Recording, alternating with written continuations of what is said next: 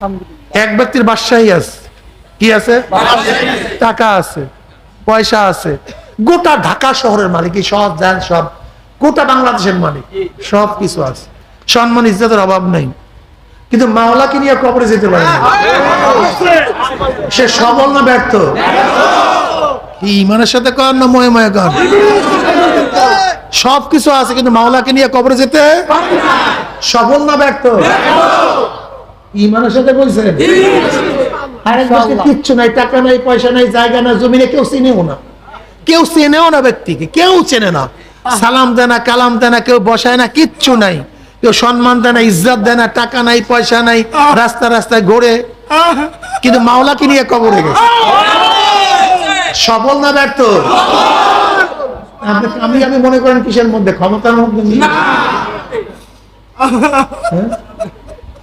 আপনি শুধু দেখবেন আমি ইসলামের আছে কি নাই, যদি ইসলামের উপর থাকেন আপনি সফল, আর যদি ইসলামের না থাকিয়া শরীয়ত আইন বাস্তবায়ন করব না ক্ষমতার জন্য, আপনি ব্যর্থ, আপনি সফল হন না, ব্যর্থ, আপনি ব্যর্থ। পারলে এটার জবাব কিয়ামত পর্যন্ত দিয়েন,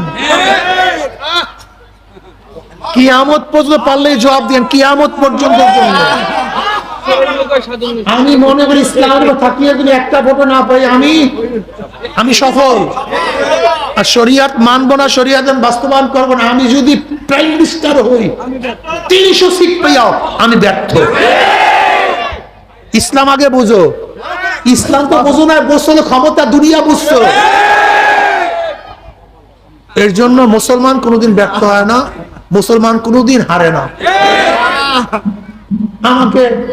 আমি নির্বাচনের পরে আমি তো দেখছেন 96,000 ভোট পাইছি, 96,000-এর বেশি, এরপরে যা করছে নিয়ে গেছে, আমার মনের মধ্যে সামান্য কোনো কিছু নেই। এত ইঞ্জিনিয়ারিং করি আমাকে হারাইছে, আপনি বিশ্বাস করবেন না, এত ইঞ্জিনিয়ারিং করে আমাকে হারাইছে যা বিশ্বাস করবেন না, কিন্তু আমার মধ্যে কোনো কষ্টই নেই, আমি আরো খুশি। বলে কেন? কারণটা কি?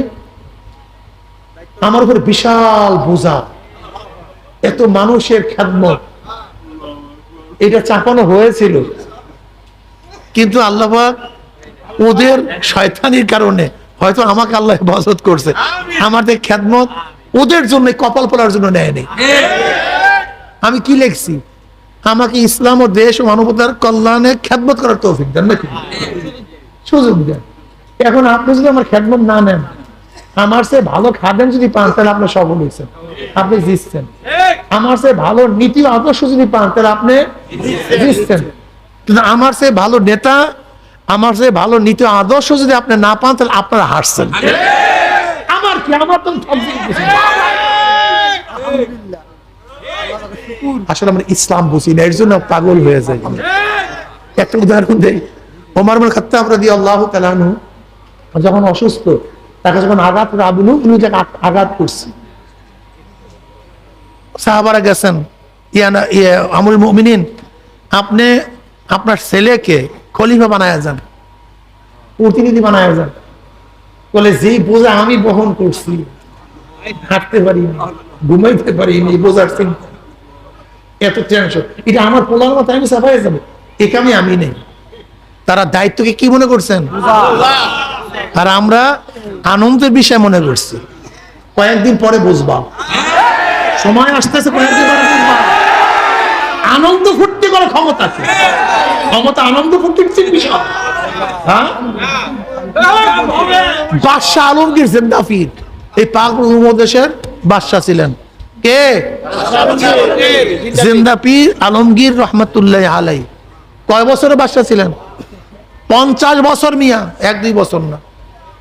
এই পাক ভারত উপমহাদেশের কয় বছর সম্রাট ছিলেন? 50 বছরের বাদশাহ আলমগীর সম্রাট ছিলেন। কিন্তু মৃত্যুর পরে 1 টাকাও ব্যাংক ব্যালেন্স নাই, 1 টাকাও না। ফেরেশতারা কুরজ লইয়া, বড় বড় ব্যাট লইয়া দাঁড়াইয়া আছে, ক্ষমতা চালা, পাঁচার চামড়া লাল করে ফেলাইবে। সেজন্য আলমগীর রহমাতুল্লাহ পুরা ভারত উপমহাদেশের আলমগীর কে? বাবরের সন্তান হুমায়ুন। বাবর হইল যে মোগল সাম্রাজ্য স্থাপন করছে, স্থাপিত, যে মুঘল সাম্রাজ্য সৃষ্টি করছে সে হলো বাবর, বাবরের ছেলে হুমায়ুন, হুমায়ুনের ছেলে আকবর, আকবরের ছেলে শাহজাহান, শাহজাহানের ছেলে আলমগীর, সবাই বাদশা। যেমন বাদশার ঘরে বাদশার ঘরে বাদশার ঘরে বাদশা, কিন্তু নিজের টুপি বানাইয়া ব্যক্তি করিয়া তারপর জীবিকা নির্বাহ করত। ক্ষমতা পাইছো, নিজে কোরআন লিখতো, বিক্রি করিয়া তারপর জীবিকা নির্বাহ করতো। বাদশাহ আলমগীর রহমতুল্লাহ আলাইহি জীবনে একক তো নামাজ কাজা করেন, একক তো জীবনে আসরের আগের নফল 4 ওয়াক্ত নামাজ কাজা হয় নাই। ক্ষমতা চালাও, এমপি হও, গুরজুল হয়ে বসে রইছে। ক্ষমতাকে মনে করছো শান্তি আর সুখের বিষয়। এই সেন্স আমাদের মধ্যে না থাকার কারণে আজকে ক্ষমতার পাবে। আর এই সেন্স যদি একবার মাথার মধ্যে ঢুকতো, এটা যেমন তোমার বিষয় না, বিশাল। আমি সব সময় বলি ক্ষমতা হলো আগুনের পোশাক, যদি একটু ভুল করো পুরো সরকার করে দেবে। কিন্তু এতে তো ইমান নাই, ক্ষমতাকে পাগল পিটাপিটি করে ক্ষমতা নেই, দেখেন না, মারামারি করে ক্ষমতা নেই। চাঁদাবাজি লোহার শিক জবানের মধ্যে ঢুকাই দেবে, সেই সময় আসতে আবার হারাম খাও না। কাজে আল্লাহ আমাদের সবাইকে মাফ করুন। মুসলমানের হার বলতে ইনশাআল্লাহ আল্লাহ আমাদের সবাইকে কবুল করুন। আল্লাহ